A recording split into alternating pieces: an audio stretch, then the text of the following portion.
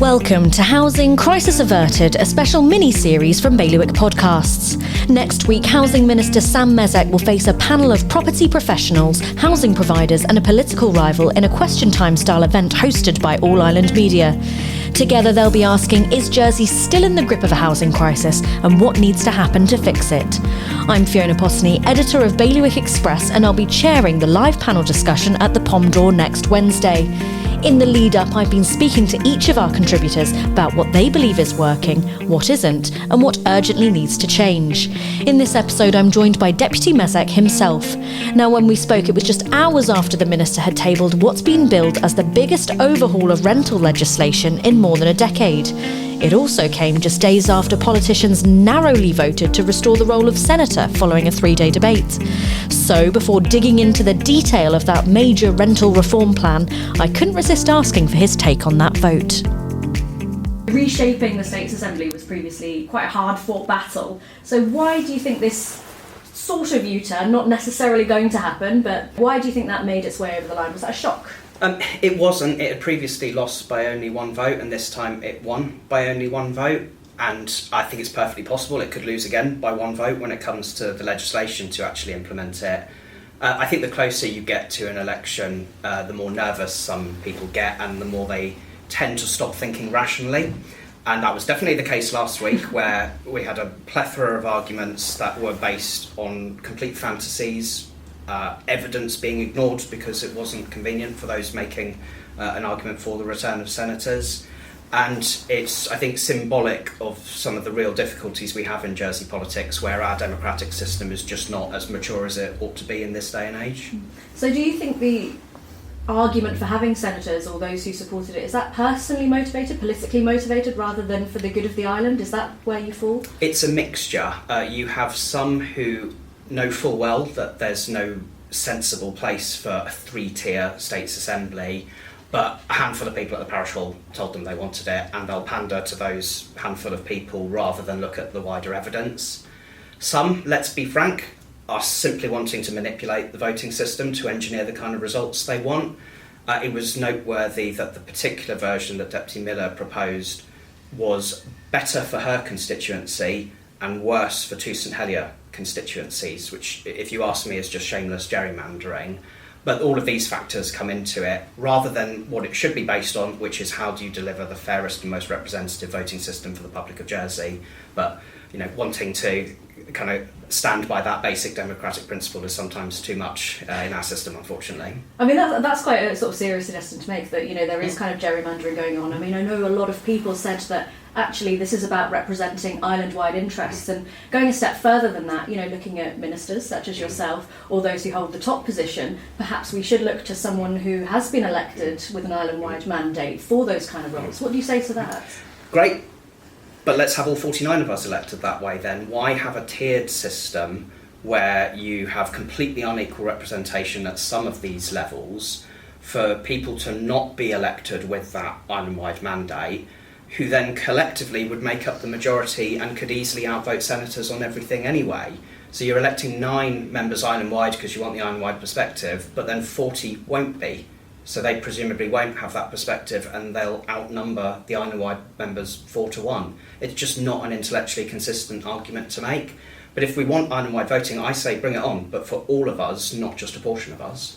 Fair enough. So let's think about if this does get through. Of course, there are a couple more steps that might have to be taken. We'll have to see if it falls at the next hurdle in the States Assembly for it to actually happen.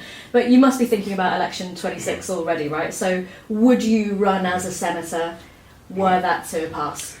Fiona, I haven't the faintest clue. I haven't thought about it. It's. You must have done, no, surely. I genuinely haven't. It's over a year away. I'm most focused on doing the early work now, trying to bring in decent, talented people into the Reform Jersey fold and get them thinking about what they need to do to be a candidate and how we can support them. I genuinely haven't given it any thought as to what I'll do. Okay, but you are starting to lay those foundations for next year's election then? Indeed, but it's about, at the end of the day, it's about the numbers. Reform Jersey has 10 deputies as it currently stands. If we had a couple of senators, 12 deputies and a constable or two, we would have more representation in the Assembly, and frankly it doesn't matter what title they hold because they all have an equal vote in the States Assembly, and that's one of the reasons why the three-tier system is so ridiculous. So our aim will be, whatever the system is, we're pushing forward and want more members elected so we are in a stronger position to deliver on our manifesto. Okay, and you mentioned just there, you're obviously on the lookout at the moment, thinking about the candidates for next year's election. Recently, Steve Luce, our Environment Minister, said in front of the Chamber of Commerce that it would be bonkers for people to think about leaving the private sector for current political pay. I mean, is that something you think needs to be rectified before the next election to make sure we're getting that quality crop of candidates? With respect to my ministerial colleague, I think he's missing the point, which is that Jersey politics in lots of respects is very amateurish, and I don't really think the pay is the big factor here. I think if you had all states members elected on an island-wide basis in a party political system, you could probably justify reducing the number of states members because the people who would be elected would be a lot more productive. But a three-tier system with 49 members and no party politics, everybody pulling in different directions, don't give those people a pay rise. Make them do better before we give them more money for the job. Excellent. Right, well, let's move on to what you're actually here to talk about today. So the new rental proposals have just been published. So under your proposals, and please, we've not had long to digest these, so correct me if I get any of it wrong. So rents could only rise once a year, capped at RPI or 5%, whichever is lower. Tenants could get up to 6 months' notice to leave, depending on how long they've lived in a property. A new rent tribunal will be set up to oversee disputes. And landlords will have to be clearer about their fees and responsibilities right from the very start with tenants. So supporters of the scheme are likely to say it's a long overdue step towards security and fairness. And then on the other hand, you're going to get that criticism that this type of regulation will shrink the market. Before we get into the detail of those proposals, you might recall some years ago there was an infamous debate on landlord-related legislation where it emerged there were too many states members who were landlords, and the Assembly was in court, and I think the bailiff or whoever was presiding at the time actually had to say that the debate could go ahead. So, I mean, first of all, do you think you'll get the support of your colleagues here, and has this fractured the ministers in any way? Well, let's be clear, there isn't unanimous support for what I'm proposing because some people, and I think these people are deeply unreflective of what the public want, I think give far too much weight to the voice of a landlord lobby that ultimately defends the interests of bad landlords and not the silent, decent majority who will be perfectly content with what I'm proposing. Some states members are naive in that sense.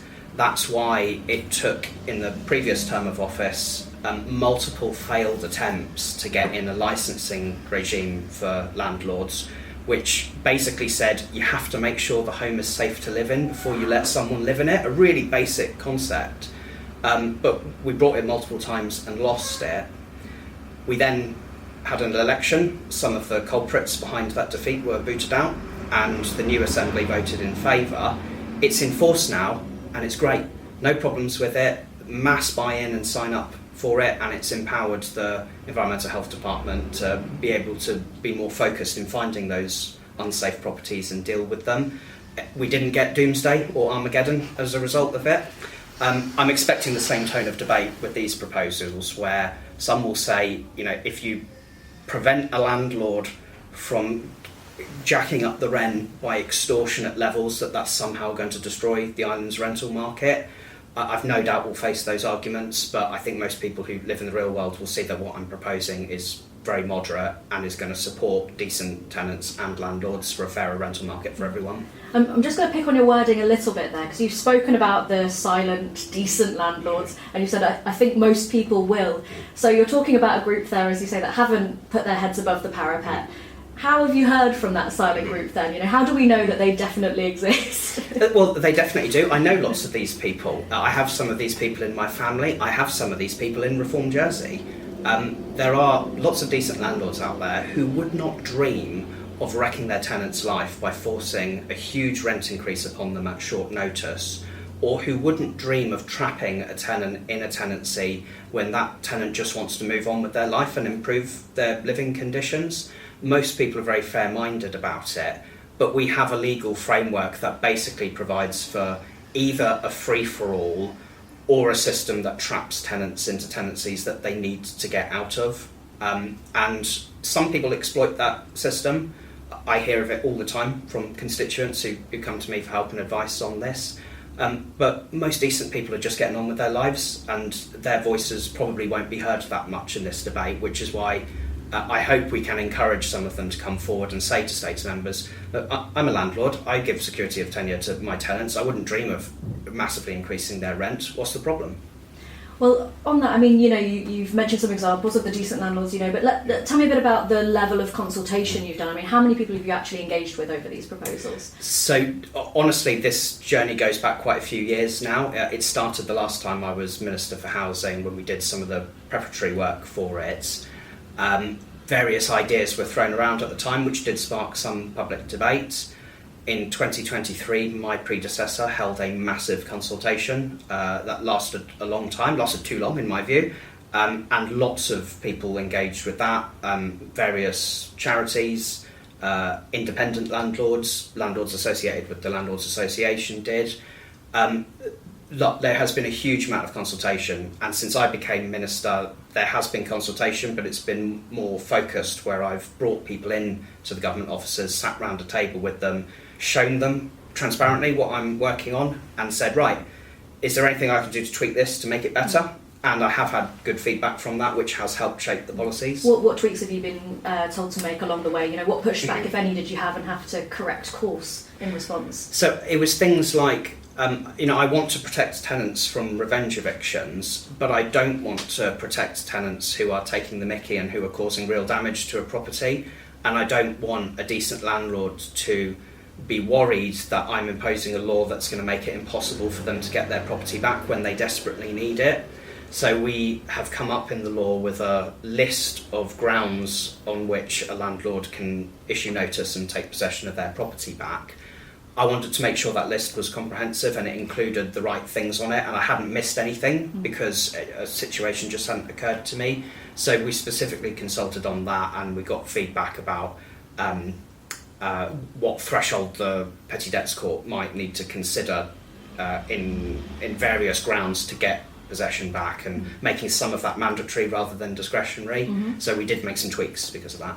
Well, let's look at this from the tenant's perspective. So a 5% rent cap might sound good on paper, but average wages at the moment we know are struggling to keep up with the cost of living. We've had some crazy RPI raises in recent years. Do you think this will actually make renting more affordable? Over time, I think it will. So the way the cap will work is that it will either be RPI or 5%, whichever is lower in that particular year. So if we get a year like we did not too long ago, where inflation went right up to 12.7%, lots of people would have been hit at that time because their contract said your rent goes up by RPI. I know people who got 12.7% rent increases. This law would have protected them and sheltered them from that huge hit in an extraordinary moment.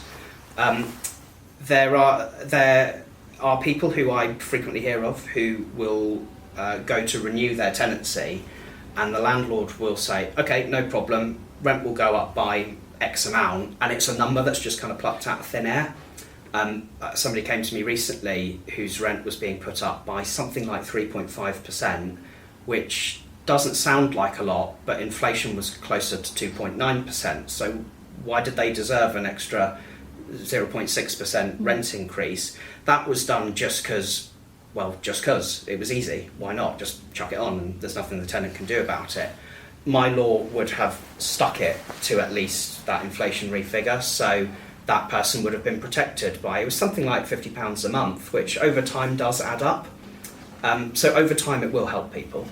But just thinking about that, I mean, the law's not in place yet, so as you've acknowledged, some people have suffered some quite steep rent rises. So if, for example, we're already starting with a sky-high baseline, I mean, why did you consider this type of control on rent prices rather than just, maybe resetting the baseline altogether or thinking about things in that way, a kind of slightly harsher way of going about things? Yeah, so despite what my critics will probably tell you, I'm not being ideological about this, I'm being pragmatic. There are many, many different forms of rent control, and they exist in all shapes and sizes across the world. New York has interesting forms of rent control, European countries have different forms, and they vary in terms of how successful they actually are, and there are some forms of rent control which cause more harm than good. And I've been very keen to make sure we don't adopt that kind of model, and we adopt one for Jersey that matches our quite strong hybrids between private renting and social renting. And this particular model, I think, is likely to, over time, make things more affordable. Bearing in mind we have other measures that we've been implementing, like the 3% stamp duty surcharge on buy-to-let properties. The statistics at the moment tell us that advertised rents are actually creeping down very slightly. But that's rents at the start of a new tenancy, and I think the reason they're probably going down is because we've got quite a lot of supply. At the start of a tenancy, supply and demand tends to be what dictates how much rents get charged, whereas in a multi-year tenancy, it's got nothing to do with it, it's what your contract says. So by fixing it after the tenancy started, that will make things more affordable over time, but by pumping more supply in, that will be what brings down rents at the start of a tenancy. Okay. So just with that in mind, I mean, given that at the start of a tenancy, you know, the landlord can set it as anything, and I bear in mind what you're saying about what you've observed is that the rents are starting to come down, but are there any mechanisms to prevent landlords from simply resetting at a very high rate when a new tenant comes in? No, and that is, again, something we could have considered. There are countries that have that kind of system where rent control limits stretch over different tenancies.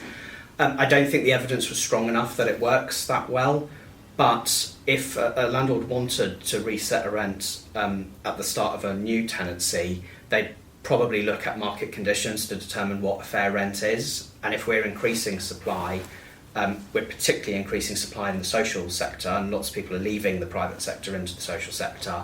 I think that will help provide an environment where you're just not going to find a good tenant if you're charging really, really high rents. If you want a decent tenant who's going to stick around and not cause any trouble, you've got to set a decent rent for that. So there's a lot of mechanisms to factor into that to achieve that. So you're kind of hoping that market conditions, coupled with, I suppose, goodwill to some extent, will ensure that baseline doesn't massively increase every time there's a new... Yeah, but I think the controls that we're putting in ongoing tenancies, as well as promoting periodic tenancies, which will give tenants long-term stability to stay in their homes for a long time without getting kicked out or without having a last-minute harsh negotiation forced on them in order to stay where they're living, that will all factor into that as well. And over time, people will have longer tenancies with stabilised rents, whereas they don't have either of those now, and look at the havoc it's causing. So under these proposals, landlords will need to provide 3 months' notice if the tenant has to leave. Yeah, so I think it's really important that a tenant has the right to leave a home they're in at relatively short notice, because all sorts of things can happen to change a tenant's life that means they need to change their circumstances fairly quickly. I can give you examples of people who've come to me for help. I know of one person who renewed her fixed-term tenancy for another year, thinking that's great. She was living with her boyfriend at the time. A month into it, her and her boyfriend break up.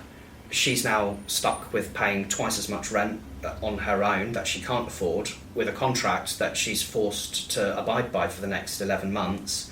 If she wants to leave it early, she's got to negotiate with the landlord, and the landlord holds all the cards. I know a situation of somebody who knows that she's retiring soon and her income's going to go down, knows that her health isn't that great and she kind of needs a different kind of place to live in. She has a choice as to whether she renews her tenancy, but if she gets offered somewhere in the social sector, she'll have to break her contract to go and take that home. You know, these choices are things we shouldn't be forcing on tenants, because they can put them in a really bad position and a really weak negotiating position to get out of those contracts. If the rule is you can offer 1 month's notice and move on, find what's right for you. You might be buying a home and need to time it with passing contract through court, which can be difficult and things can change at the last minute. That makes it much easier for the tenant, rather than locking them into a contract they can't get out of. But for a landlord, if you are getting rid of a tenant for a perfectly innocent reason, like you need to refurbish the property and a tenant can't live there whilst it's happening, you know in advance that you're going to do that. It's not a last minute surprise. You can plan.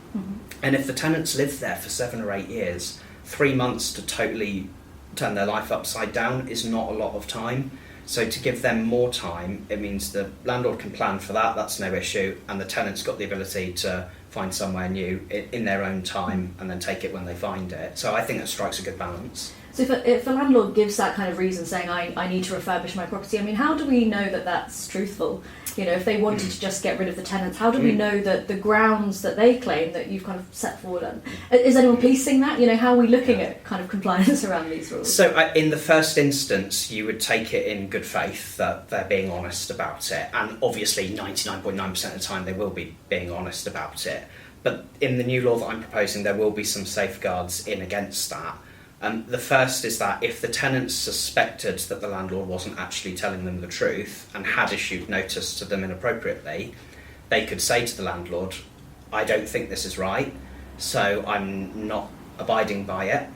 And if you want to go to the Petty Debts Court, you're going to have to stump up the evidence that what you're saying is true. And if you can't, the Petty Debts Court won't back you. So there's a great safeguard there. But if a tenant does accept it in good faith and thinks it's all accurate, they leave the property and then go online and see the property's up for let at much higher rent, and they can figure out that they've been lied to, they can go to the police because that'll be a criminal offence. Wow, okay. So there is that fallback then. Absolutely, yeah.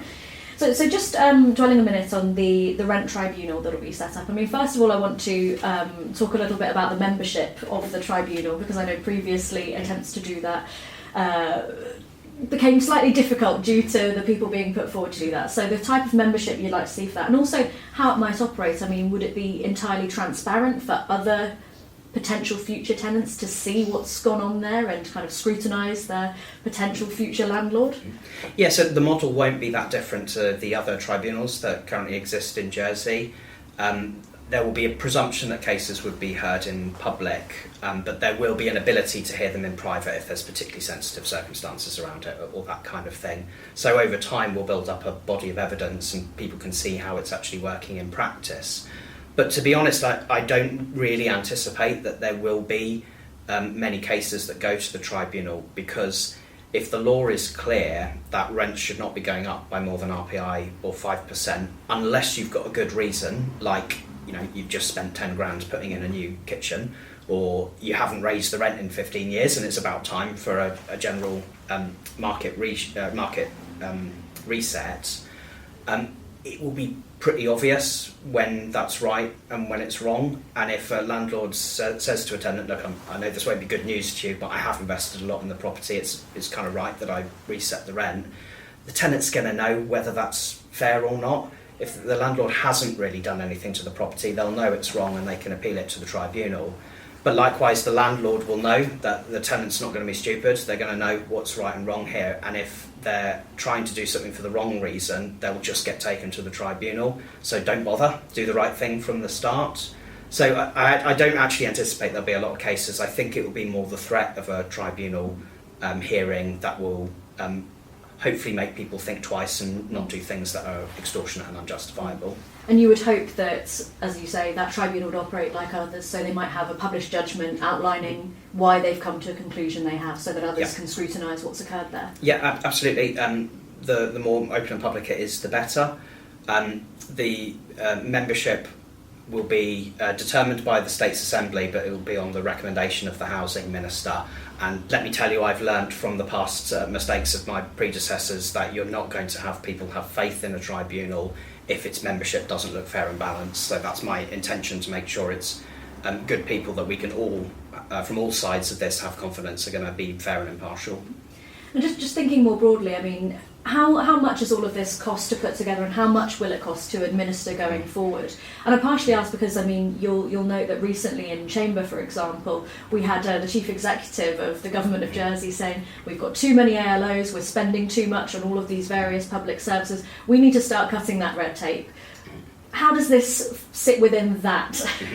Yeah, so a very prescient former housing minister a few years ago, in a previous government plan during a different time, managed to get funding allocated for a rent reform programme, and that has kind of been baked into our budgets in the years since then. Most of that funding has been used to build this package. It's paying for the salaries of the people who've been doing the real hard work on it to get it all together. When we then swap from concept mode to implementation mode, a lot of our budget then swaps to that side. So that's not new money that we're having to, look under sofas for to find. It's stuff that's been baked in already. And there'll be a little bit extra that will be needed for the Judicial Grefts Department to get this up and running, but that'll be, I think, a pretty nominal amount. It's just a couple of tens of thousands of pounds, and that'll go through the budget process this year. Okay. So we don't think that this is going to involve any massive extra strain. I mean, do you have a kind of rounded figure for all of that? Mm-hmm. I think we're looking at an extra £40,000 or something like that. But there'll be a reallocation, something like £60,000 that is kind of already budgeted in for. I'd be honest, I'd be amazing if in reality we got anywhere close to that every year. I think it'll end up being less because it's probably not going to have that many cases go to it.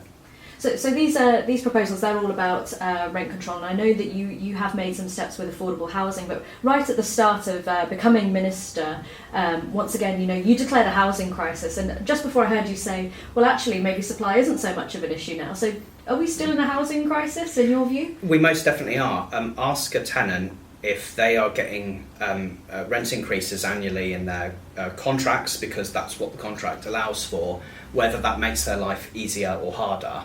It obviously makes it harder, and we've seen in recent years hundreds of locally qualified islanders leaving. That's probably largely Jersey-born people. I would imagine a lot of that will be younger people who have looked at the outlook on the island and simply don't believe that they're going to enjoy the kind of prosperous future that they'd like to, or that they could easily experience somewhere else where it's cheaper. So I think we're seeing green shoots. We are seeing house prices coming down. Last year they came down by the biggest amount in a single year since records began. We are seeing government initiatives beyond anything that we were looking at 5 years ago that are clearly aimed at helping people, like First Step, which has been really popular and we get lots of positive feedback from. And with this now firmly on the agenda for a Jersey moderate version of rent control, I think that will start turning people's perceptions around and start feeling like actually life might actually be getting better in Jersey rather than worse, which is what it has felt like for a long time. I think what's quite interesting in the context of the sort of housing crisis conversation is that for a long time what was dominating all of discussions was this idea around supply, saying we just don't have enough houses of an appropriate size or type or just enough.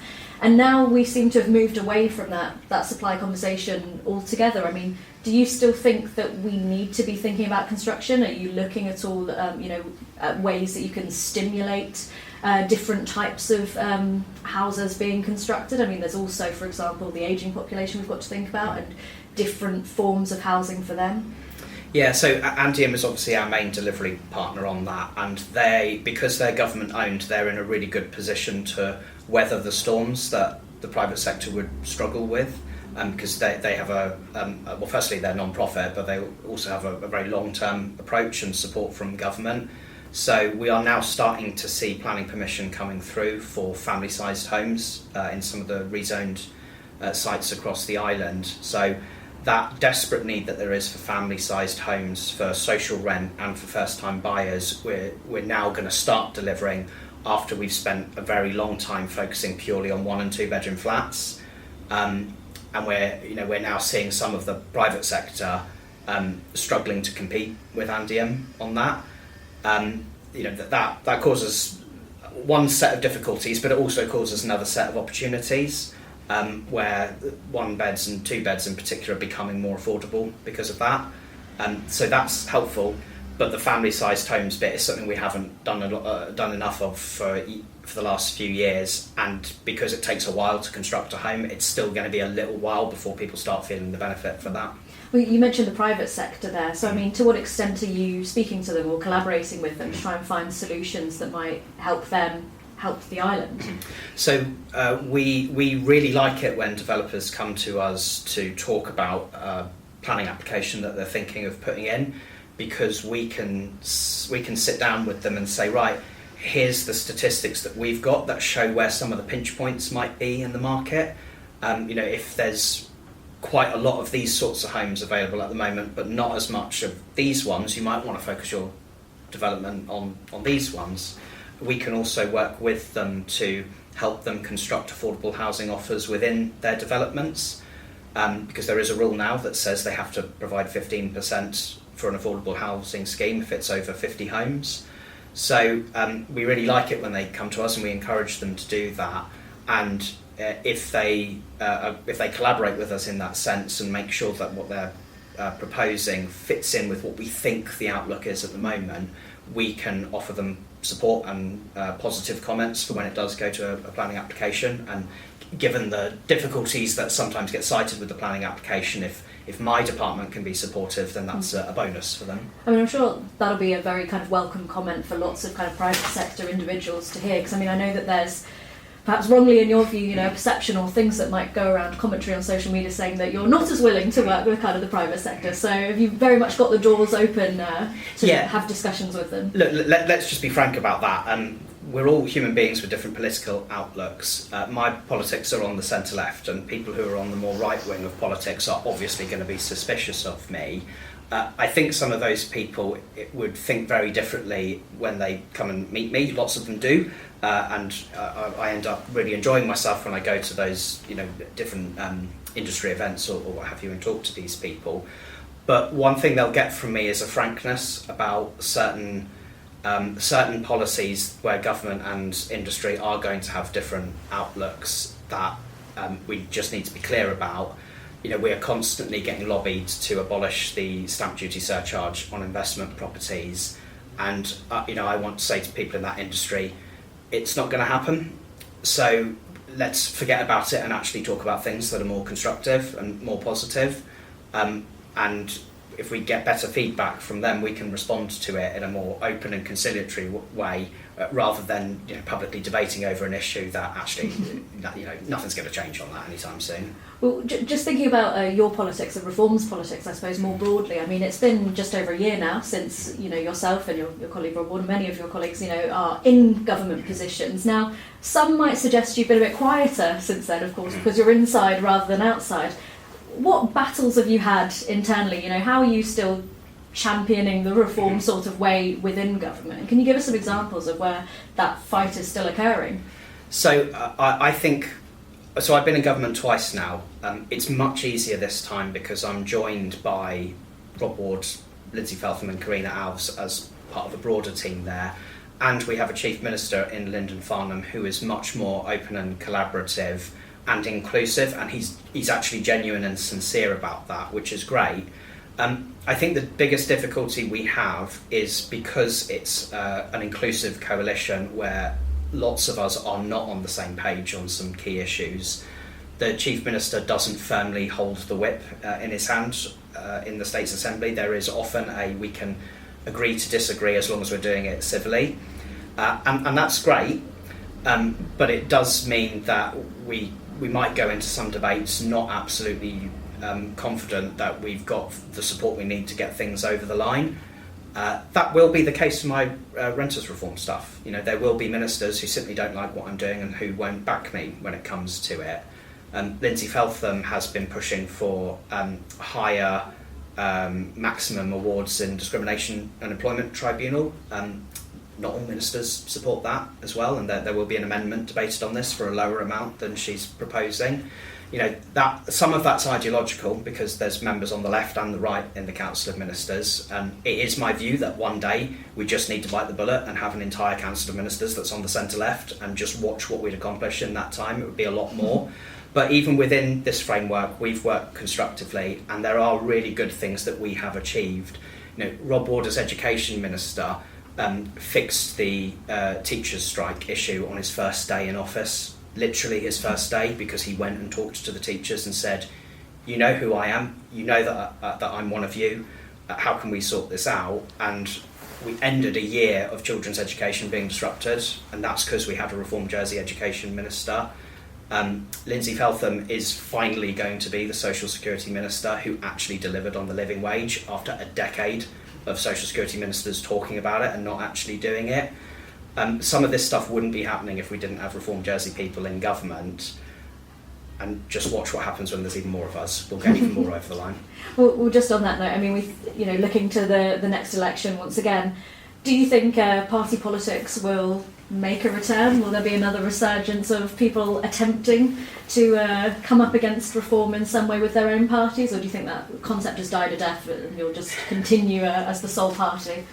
Yeah, it's really interesting this, because there obviously was an attempt to form parties at the last election on the centre-right, and they all did really badly. And some people would say that that's because party politics isn't that good a thing for Jersey. My view's different. My view is that the reason those parties didn't succeed is because they had terrible and uninspiring policies for the island. Jersey has had generations of mostly Conservative governments, and ask yourself now, of Jersey's Conservative politicians, which of them has a key defining policy that gives you faith that Jersey life is going to get better for all of us? And you'll struggle to find any, apart from perhaps dipping into some completely irrelevant culture war to try to divide people and distract us from the actual issues that matter. The centre-right of Jersey politics just doesn't have very good ideas, and I think that as we go on, there may be greater desperation on their side as they realise that it's just not working very well, and I would encourage them to form their own parties and do better. And they can follow us if they like, but we'll be the ones leading it. Well, just lastly on that, I mean, it seems that we've got over the hurdle of the hospital. Obviously, the housing crisis. I mean, well, from what you're telling us, there are things in motion to get that in hand. At least the market is starting to correct itself, so that may be less of an issue. I mean, what do you think will be the defining issue of the next election? What's going to have everyone talking? What will win it? I think healthcare is going to be a really big one. Healthcare is in crisis in the island. You have people who just want to live an honest and decent life in Jersey, but are held back because waiting lists for sometimes quite simple operations are far too long, and people not being able to get the right kind of treatment when they need it. And the fact of the matter is that the health budget is massively overspending, and we are having to make accommodations for that in the rest of our government budget, which means we don't have the money to spend on other things. A lot of our infrastructure is creaking, and our budget for maintaining our infrastructure is not anywhere near as high as it needs to be. And it can't be now because we're having to funnel tens of millions of pounds to the health department, otherwise it would be a disaster. So I think fixing our health system and getting it out of its crisis will probably be a really big issue for the next election. And what we're sure of is that the solution will not be based on taxing working people more to throw more money at the department. We need I think a much more rounded view of our tax and spend policy, and a focus on preventative healthcare above some of the other measures we've seen in recent years. And I want people to feel like this is a good place to be healthy, when some people don't feel like that at the moment. So I think that's likely to be a huge issue at the next election. Thanks again for listening to this episode in our special housing series. If you'd like to hear more and put your own questions to the panel, join us live at the Palm d'Or Hotel at 5 p.m. on Wednesday, 23rd of April for Housing Crisis Averted. Tickets are available now on Eventbrite, and AIM Plus subscribers can attend for free. We'd love to see you there.